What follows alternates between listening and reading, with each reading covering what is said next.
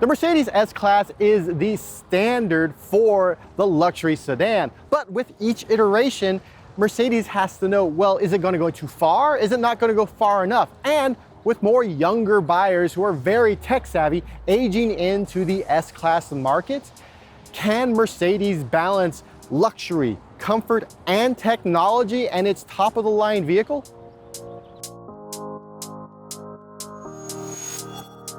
It's tricky to live up to that heritage, but with the latest S-Class, Mercedes has done it with a starting price of $110,000, so it's not cheap, but it still delivers on luxury, comfort, and now technology. That shouldn't surprise anyone. Shopping for an S-Class has always been a pricey endeavor. In fact, the S580 that I'm driving right now, it starts at $116,300. In some parts of this country, you could buy a house with that. Those two price points are essentially for the two flavors of the currently available Mercedes. The S500 4MATIC, Mercedes term for all-wheel drive, comes with a 3-liter V6 turbo engine with 429 horsepower and 384 pound-feet of torque.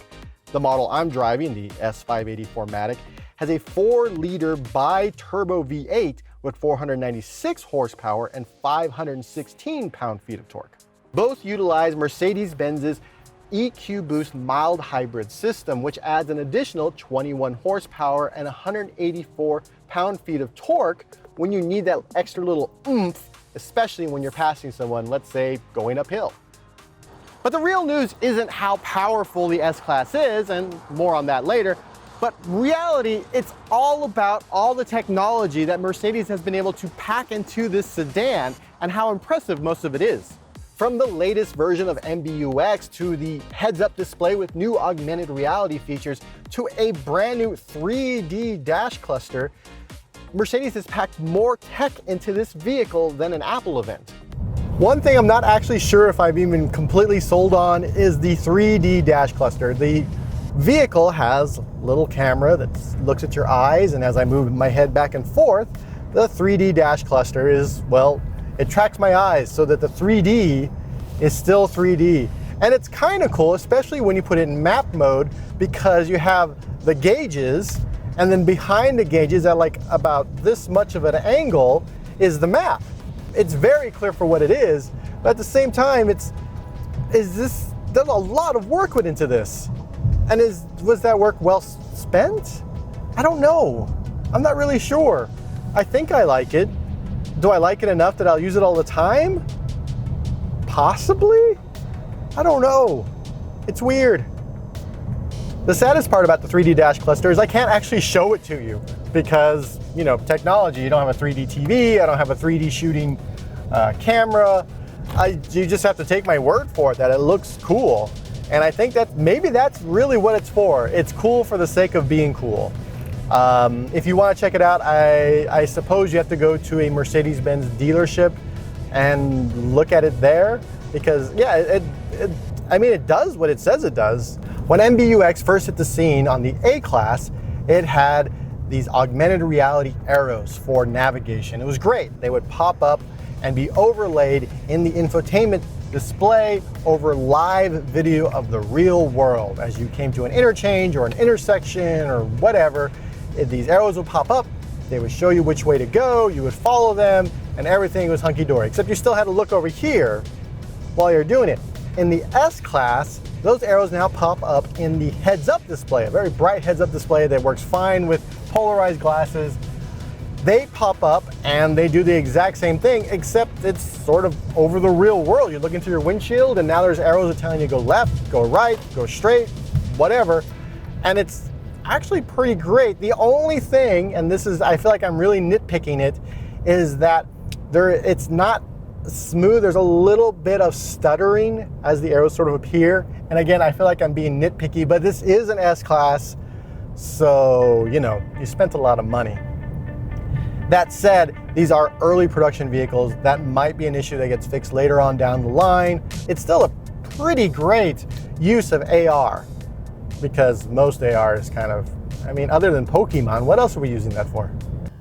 The new S-Class has the latest version of MBUX, the infotainment system that I really liked on the A-Class. In this version, instead of a landscape mode display that we've become used to in the S-Class, it's now turned into a portrait mode display. It's actually pulled off the dashboard into the center console. It's much closer, it's a few inches closer, which means you can actually reach it, which means they've eliminated the little touch wheel thing that they had in Mercedes for quite a while. Instead, you can just reach it. And of course, with a new MBUX, or at least an updated MBUX, you have an updated, hey Mercedes, turn off the heads-up display. I'm switching off the head-up display. So you can turn off, you know, features, which is great when you're driving and you're like, well, how do I turn off the heads-up display? And you got to click around or tap around in the infotainment screen. This way you can do that with your voice. You can also adjust, you know, the music you're listening to. You can adjust the temperature, et cetera, all the usual voice assistant systems. I've often talked about how aggressive a vehicle is when it has its adaptive cruise control system on, whether or not it just takes off almost uncontrollably or slams on the brake at the last minute whenever a car either pulls in front of or pulls out of its way. With Mercedes, they're giving you an option actually. You can set it to comfortable mode and everything's a bit more leisurely. It brakes a little bit earlier. When it accelerates, it doesn't just take off. It's leisurely. It leisurely speeds up until it gets to either the speed you've set it or the vehicle in front of it. Or you can put it in dynamic mode where it'll just go for it. And the same thing with the brakes. It'll maybe depress the brakes a little bit later. Both of them worked fine in my testing, but I drive a lot of these cars with these adaptive cruise control and I still prefer comfortable. So maybe I just don't trust robots as much as I should. One feature I didn't anticipate liking so much is another augmented reality feature. Essentially what happens is when you put it in adaptive cruise control and you have the heads-up display, if the vehicle's further from you than, let's say, 30 feet, in the heads-up display, a little light bar will start hovering below the bumper of the vehicle you're tracking. It's weird, but it's reassuring. What it does is it reassures you that this car is tracking that car. So no matter how far out that car is, there's a little light bar right underneath it, right under its bumper. It's almost like a little bit of insurance that you know that the car is tracking the vehicle in front of it in a way that you can actually see. I dig it. But all the technology in the world doesn't make a car a luxury car. It doesn't make it an S-Class. And while, of course, this latest S-Class has a ton of tech, it's actually still very comfortable, very luxurious. It just eats through the road. Potholes, divots, it doesn't matter. You just feel very comfy. It's like riding around on a cloud. And when you need the power from that engine, you have it. In fact, you just stomp on it. There you go. And even when you're stomping on it and you're hitting 90 miles an hour and almost nothing flat from 65, you still feel classy. Or at least pampered. One thing I really appreciate about the S-Class is that it is unapologetically a large luxury sedan. It's not a sports sedan. It doesn't try to be a sports sedan. It does have sport mode, which gives you some more power. And it does have a Sport Plus mode, which in addition to that power, you get tighter suspension. But even in Sport Plus, when you hit bumps, when you're going around corners, the car is doing its darndest to smooth that out for you and your passengers. It is a luxury vehicle first. Yes, it has a large engine. Yes, you could probably go around corners pretty well. Yes, it has a ton of tech, but at the end of the day, it is a large sedan. It wants you to know it's a large sedan, and it wants you to feel comfortable.